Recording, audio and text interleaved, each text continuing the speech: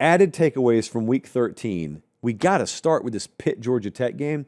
It was a classic man of his word moment there at Grant Field.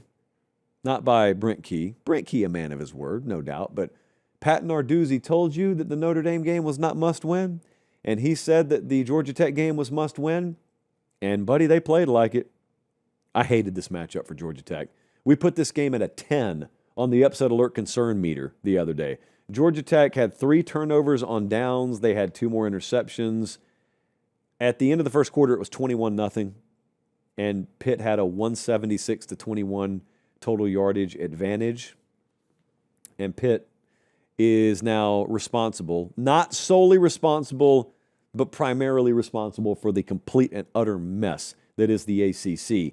And to build off of that, let me also talk about Miami right quick. They beat Virginia Tech 34-17. Carson Beck, nice. I was in my hotel room getting ready to go to Autzen Stadium yesterday, and I flip on the Miami game, and it was first quarter, and the first thing I saw was Carson Beck just rip a ball over the middle. Nice 20-yard touchdown pass to Elijah Lofton. It was so refreshing. Not everything has to be thrown within 5 yards of the line of scrimmage or behind it. It was nice to see that's still part of what we do. Miami, offensively, 20-3 lead at the half. Carson Beck was 27 of 32, 320, 4 touchdowns. Miami had 5 sacks. Miami had 9 tackles for loss. They were 7 of 13 on third down.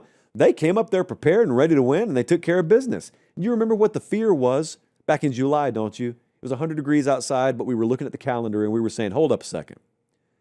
Miami's got to go to Blacksburg and Pittsburgh in late November? That's going to be terrible. It was 62 degrees at kickoff. So that's the best I could do.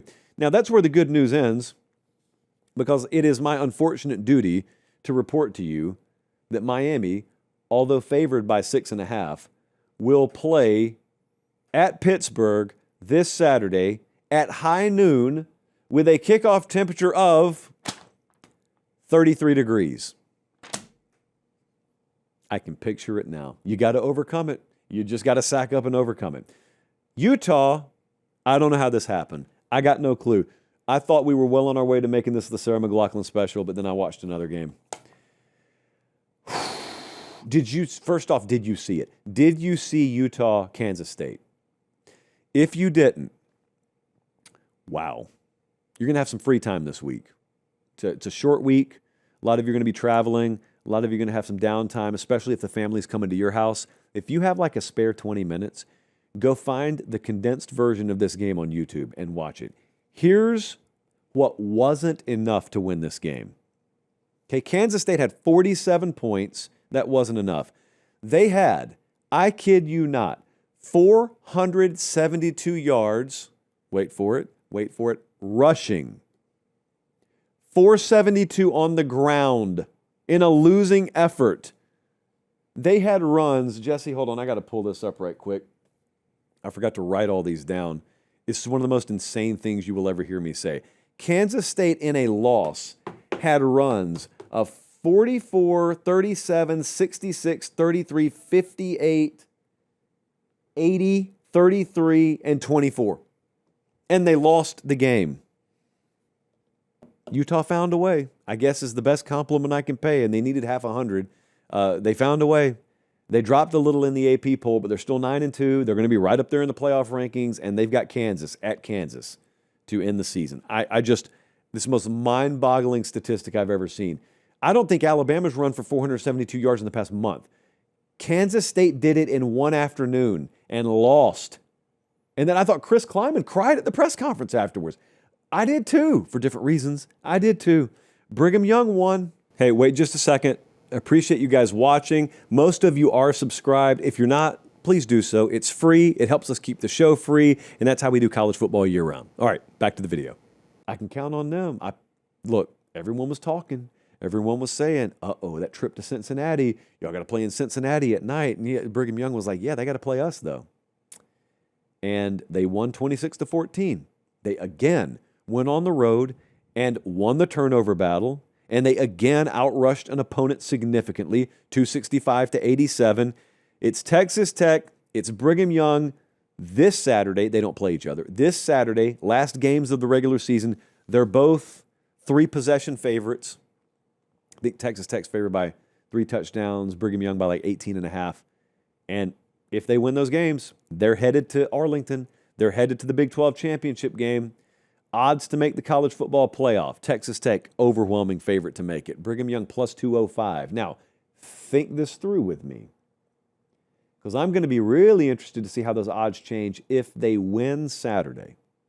And they're a big favorite, so you got to assume the assumption they win this Saturday is almost certainly already baked into this number, and they're still not favored to make the college football playoff, which means the folks at FanDuel slightly believe that there's possibility they go into conference championship Saturday inside the playoff bubble, lose, and get dropped out. Or maybe they're just outside the playoff bubble when they go into conference championship Saturday. Therefore, if they don't win, they were never bumped out because they were never in it. But there's no sure thing. My advice to Kalani Sitake and crew out there, win the Big 12.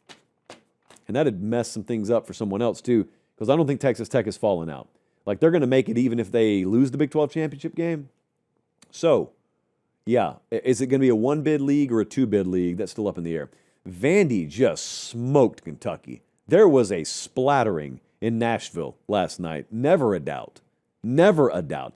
604 total yards. It's obvious that, now, this may sound a little disrespectful to Vandy, but it's obvious there were about 11 or 10 weeks worth of gas in Kentucky's tank, and when they ran out, they ran out. The E-light did not come on. They didn't have time to find the next exit. They just died right there on the interstate. Diego Pavia for Heisman apparently is still a thing. It is still a thing. I don't know how you can watch him do what he did last night and say it otherwise. We're looking at the odds right now on the board from FanDuel to win the Heisman Trophy. It's Fernando Mendoza favored. It's Julian Sayin, Jeremiah Love, and Diego Pavia with the same odds. And then my guy, Marcel Reed, just waiting in the weeds there in 5th. Yeah, Diego Pavia is way up there again. Like low-key, if I had to bet right now, Jeremiah Love, I think, has been the best player in college football this year, so he would actually get my vote right now. I didn't bet on him a few weeks ago. Jeremiah Love's the best player in college football that I've seen this year. That's what I'll say. So he'd get my vote. I'm not responsible enough to have a Heisman vote, but if I did have one, it'd be Jeremiah Love. And that brings, oh, by the way, Vandy plays Tennessee. Let me not bury that. Vandy goes to Tennessee this week. It's going to be insane. It's going to be a war in Neyland Stadium. Vandy at Tennessee, Tennessee favored by 2.5. That is your opening line for a game. Does that rivalry game have a name? Someone call Bill Martin. I'm not going to do that. It's a big game. That's what it's going to be. We generally do a kid-friendly show here. Like, I don't use profanity on this show. Maybe I give a little veiled immunity every now and then, but largely, look, if you're a dad out there and you're driving to work on Monday morning, I structure the show in such a way where little Jeffrey could be in the passenger seat. You're safe if your kids are listening to the show. Except for right now. And it's not going to be because of the language that things are about to go sideways. Things are about to take a little TVMA turn because of content. I bring to you this week's Sarah McLachlan special. Notre Dame beat Syracuse 70-7, and it was 35-0 with time left to go in the first quarter. These are the most points Notre Dame has scored since the Great Depression in any game. They were up 21-0 before their offense ever took the field.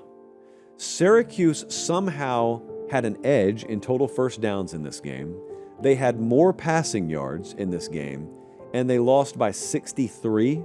It is the worst Syracuse loss since they faced Union in 1893. We assume that just means the entire army. They scrimmaged the Northern troops in 1893, and only then did they lose worse. The Union was strong back then, very strong crew. This is the first time since 1996. That's as far back as we could go in record keeping, by the way. It's probably the first time ever that an FBS team has run for 300 plus on less than 25 carries. The only thing that was stopping Notre Dame was the wall in the back of the end zone. They could have run to Rochester if they wanted to. C.J. Carr, winning quarterback, C.J. Carr, 9 of 15 for 67 yards. So, as it turns out, Notre Dame had more points than their quarterback had passing yards, not a service academy in South Bend. Notre Dame had 31 more points than they had plays run.